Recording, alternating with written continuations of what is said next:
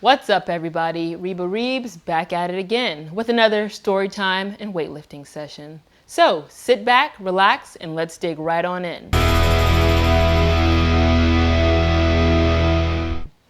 I'm going to take you back 100 years. Now, don't sit there and give me, but Reba, that's such a long time ago. No, actually it isn't. Just like I said before, we must learn from our past in order to not repeat it in our future. So yeah, let's go back to the summer of 1919. So the summer of 1919 is also known as Red Summer. African American soldiers were coming back from World War I, and they were seeking to obtain their full rights and equality. But when the soldiers got back home, they were still met with inequality and unfair wages. So a lot of them reverted back to what they knew, what work they knew, which was sharecropping. A gentleman named Robert Hill started and held a sharecropping union. Now, the sharecrop union was set up in hopes that sharecroppers would be paid fair wages for their work.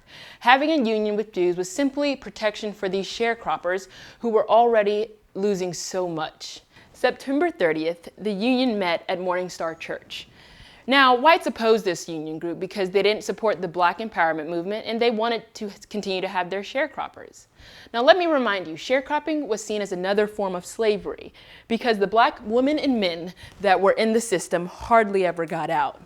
So, a few of the opposers showed up to the church and wanted to see what was going on at this union meeting. Robert Hill and the members kind of already figured that someone was going to show up at some point, so they had guards posted.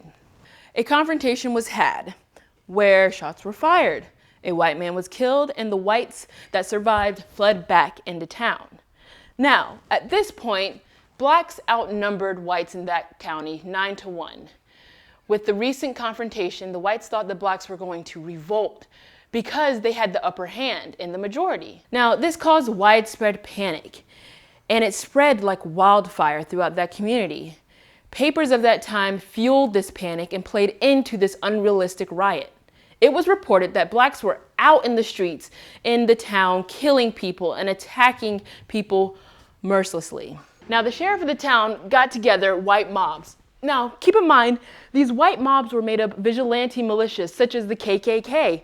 They were tasked to round up Black people. However, they were killing them in the streets, burning down their homes and schools and grounds. The Arkansas government at this time called in aid from federal troops. Now, remember, the false narrative of the papers at the time was pushing that this was a riot enticed by the Black community, that the Black people were the ones causing the mayhems within the town. This is what the troops were told. The Black community had no idea that the troops were being told this. After all, they were the ones being hunted down, killed in the streets. Now, seeing the troops, the Black residents thought that they were there to help. So those who survived the first wave of slaughter started coming out of hiding and approaching the troops. However, the troops were told that the Blacks were the ones that were starting all the commotion. So what did? They started killing more Black people. It is estimated that 237 Black men, women, and children were killed. Now, let me be clear. This was no riot. This was a massacre. Even after the massacre, hundreds of Blacks were rounded up and jailed.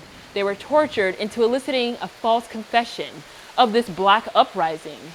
Based on those false confessions, 12 were sentenced to death. Now, at this point, not a single white person was charged for murder. The trials for the 12 had been widely publicized, so much so that the NCAA got involved. And they did so to provide legal aid for the convicted. These trials now went on for years, 4 years actually, until they finally made its way to the Supreme Court, in the case that is known as Moore versus Dempsey.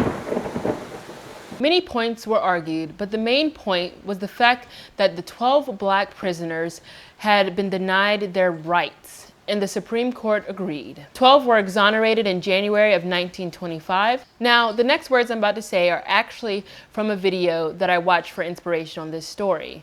It is their word for word.